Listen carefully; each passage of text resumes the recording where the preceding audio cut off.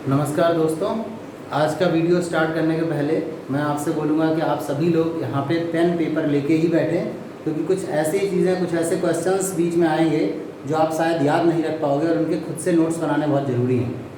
संसद का अधिकांश हिस्सा मैं कवर कर चुका हूँ। कुछ क्वेश्चंस हैं और कुछ डेफिनेशंस हैं जो मुख्य रूप से बची हैं और जिन्हें आज मैं कवर करवाने की कोशिश करूँगा।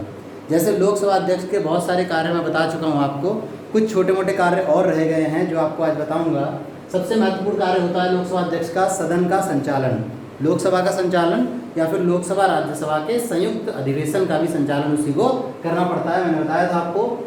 दूसरा, वित्त विधेयक और धन विधेयक। साधारण विधेयक में जो विधेयक कोई भी होता है उसको ये डिसाइड करना कि कौन सा विधेयक साधारण विधेयक है और कौन सा विधेयक वित्त विधेयक, ये कार्य भी जो है स्पीकर का ही होता है।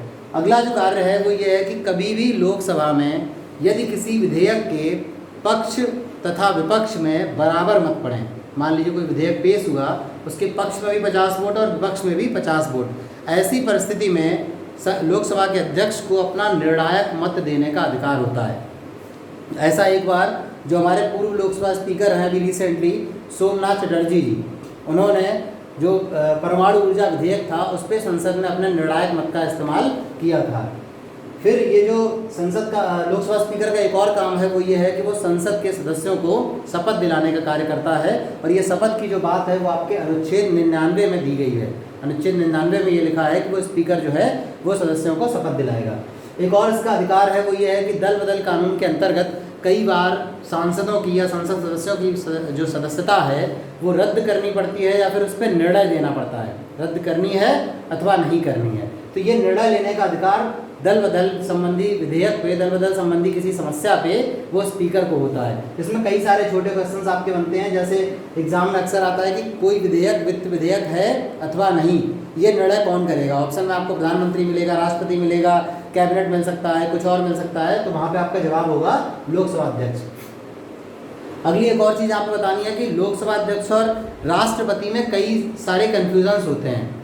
जैसे एक बार फिर से आपको बता रहा हूँ कि अनुच्छेद 85 के अनुसार लोकसभा का सत्र आहूत करना मतलब सत्र को बुलाना, अवसान करना मतलब उसको क्लोज करना, इसके अलावा लोकसभा का विघटन करना, विघटन का मतलब लोकसभा को भंग करना, ये तीनों ही अधिकार जो हैं वो राष्ट्रपति के पास सुरक्षित हैं, संरक्षित हैं। लेकिन यदि संसद के संचालन की बात है, विधेयक के निर्णय की बात है, धन या साधारण कौन सा है, ये चीज़ें आती हैं स्पीकर के हिस्से में, लोकसभा अध्यक्ष के हिस्से में। एक और डेफिनेशन है छोटी सी, कोरम क्या होता है, कई बार एग्जाम में आता है, या इसको हिंदी में बोलते हैं गणपूर्ति। संसद का अधिवेशन कभी भी जब चल रहा होता है तो उसमें सत्र होते हैं, जैसे मान लीजिए शीतकालीन सत्र है, बजट सत्र है या फिर मानसून सत्र है।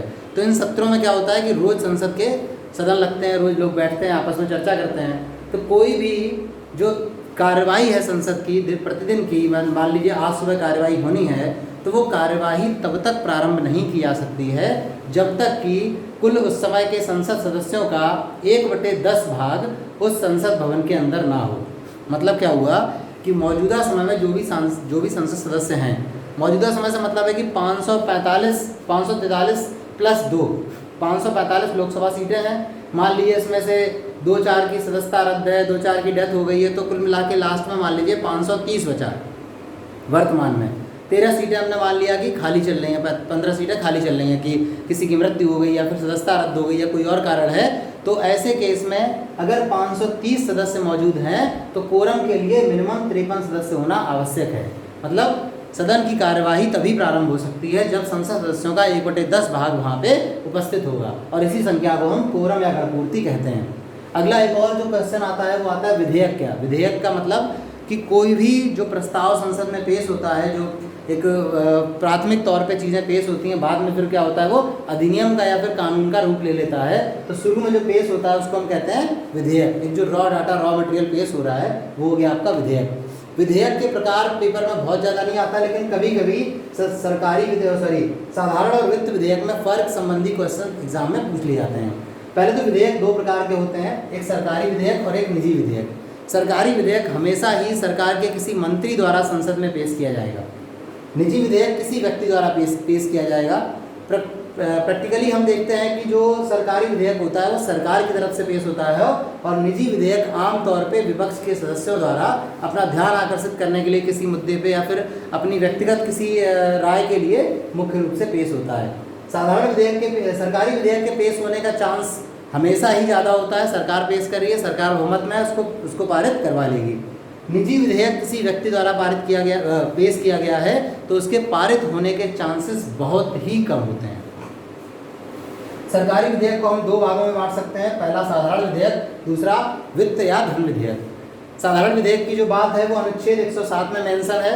वित्त विधेयक या धन विधेयक की बात अनुच्छेद 110 में मेंशन है। साधारण विधेयक के भी आगे दो भाग हैं, दो पार्ट हैं, सामान्य विधेयक और संविधान संशोधन विधेयक। दो प्रकार के साधारण विधेयक हम देखते हैं। सामान्य विधेयक में क्या है, सामान्य विधेयक और इसके दोनों के अंतर की बात करें तो सामान्य विधेयक जो है वो हमेशा साधारण बहुमत से पारित हो जाएगा। मतलब मान लीजिए 100 लोग संसद में मौजूद हैं तो 51 वोट अगर पड़ गए उसके पक्ष में तो विधेयक पारित हो जाएगा। संविधान संशोधन विधेयक संसद में हमेशा 2/3 बहुमत से पास कराना पड़ेगा। एक और दोनों में बारीकी फ़र्क है, वो ये है कि साधारण विधेयक पास कराने के लिए लोकसभा राज्यसभा दोनों का संयुक्त सत्र आयोजित किया जा सकता है, लेकिन संविधान संशोधन विधेयक के लिए लोकसभा राज्यसभा दोनों का संयुक्त सत्र नहीं बुलाया जा सकता है। लोकसभा में 2/3 बहुमत से अलग पारित कराना पड़ेगा और राज्यसभा में 2/3 बहुमत से उसको अलग पारित करवाना पड़ेगा। तो एक तो ये फर्क है कि संयुक्त बैठक इसमें बुला सकती है, मैंने टिक किया हुआ है, और इसमें संयुक्त बैठक नहीं बुला सकते हैं। दूसरा फर्क है साधारण बहुमत और 2/3 बहुमत का। अब ये सरकारी विधेयक या फिर साधारण विधेयक होता क्या है? साधारण विधेयक का मतलब कि हर वो विधेयक जिसमें वित्त या धन इन्वॉल्व नहीं है, हर वो विधेयक जो वित्त या धन विधेयक नहीं है वो क्या कहलाएगा? साधारण विधेयक। अब वित्त विधेयक कौन सा है? अगर हम सरल शब्दों में कहना चाहें तो जिस विधेयक में वित्त या फिर धन या फिर कर संबंधी या सरकारी उसके खजाने संबंधी कोई बात मेंशन है तो वो हो जाता है हमारा वित्त या धन विधेयक। वित्त और धन विधेयक में भी बारीक सा फर्क है, इतना आपके लिहाज से इंपॉर्टेंट नहीं है, इसलिए मैंने दोनों को एक ही साथ पढ़ाया है। साधारण वित्त या धन विधेयक को पेश करने से पहले हमेशा राष्ट्रपति की पूर्व संस्तुति आवश्यक है। राष्ट्रपति से आप संस्तुति लेके आओगे, उसके बाद उसको पेश करोगे और उसके बाद उसको दोनों सदनों में पारित कराओगे।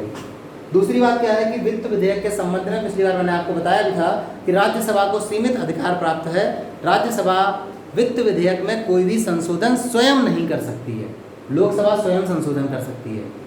क्या करेगी फिर? राज्यसभा सिर्फ संशोधन की सिफारिश कर सकती है कि ऐसा ऐसा संशोधन किया जाए, और इस सिफारिश को मानने के लिए लोकसभा बिल्कुल भी बाध्य नहीं है। लोकसभा की इच्छा होगी मानेगी, इच्छा होगी नहीं मानेगी। तो राज्यसभा क्या कर सकती है? अधिकतम 14 दिन तक इस विधेयक को रोक के अपने पास रख सकती है, उसके बाद वो स्वतः पारित माना जाएगा, वापस लोकसभा में चला जाएगा।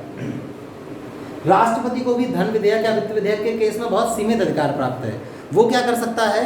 वो या तो पहला तो स्वीकृति देना, वो तो एक जाहिर सी बात है, स्वीकृति देने के लिए भेजा गया है, वो स्वीकृति दे सकता है। दूसरा, अपने वीटो पावर का इस्तेमाल करके उसको अनिश्चित काल तक अपने पास रोक सकता है।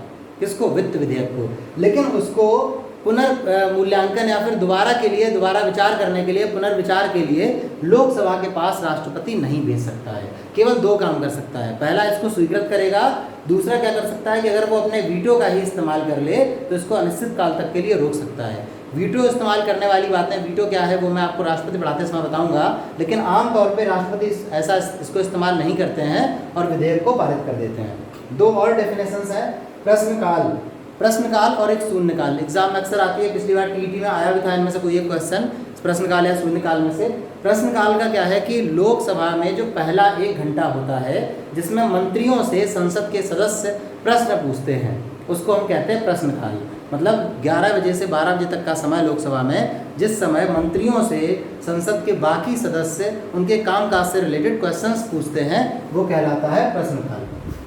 दूसरा है शून्यकाल। ये प्रश्नकाल खत्म होने के बाद 12 बजे के बाद लोकसभा में जो 5-10 मिनट का एक ऐसा समय मिलता है जिस समय जो क्वेश्चंस ऑलरेडी मेंशन्ड नहीं हैं वो भी संसद सदस्य अपने मंत्रियों से पूछ सकते हैं। तो वो काल कहलाता है 0 आवर या फिर शून्यकाल। राज्यसभा में थोड़ा सा उल्टा हो गया सिस्टम, अब कोई शायद नियम 38 है, उसको चेंज करने के बाद वो ये हो गया कि राज्यसभा में पहला 1 घंटा जो है वो कहलाता है शून्यकाल, कि फ्री है, कोई भी क्वेश्चन पूछ सकता है, और उसके बाद का जो समय है 12 से 1 वाला वो कहलाता है आपका प्रश्नकाल।